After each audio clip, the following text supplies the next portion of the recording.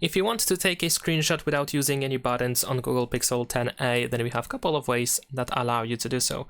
The first option is to open Settings. Next in Settings, scroll down and search for Accessibility. Now in here, in Accessibility, we need to find the Accessibility menu. Over here, we need to enable this shortcut and we need to press OK. Now tap on this shortcut that has been created. And now in here, you should be able to find the screenshot button. So you can tap on it in order to immediately take a screenshot.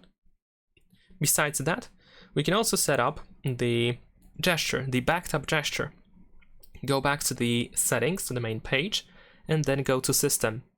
In System, proceed to Gestures, and then in here we have the quick tap to start actions. You want to enable use quick tap and make sure that take screenshot is selected. Now we should be able to double tap the back of the phone in order to capture a screenshot. Usually I tap somewhere over here on the upper side above the Google logo, and if you perform the gesture correctly, you will have a little vibration feedback, of course. And that is pretty much it. Leave a like and subscribe.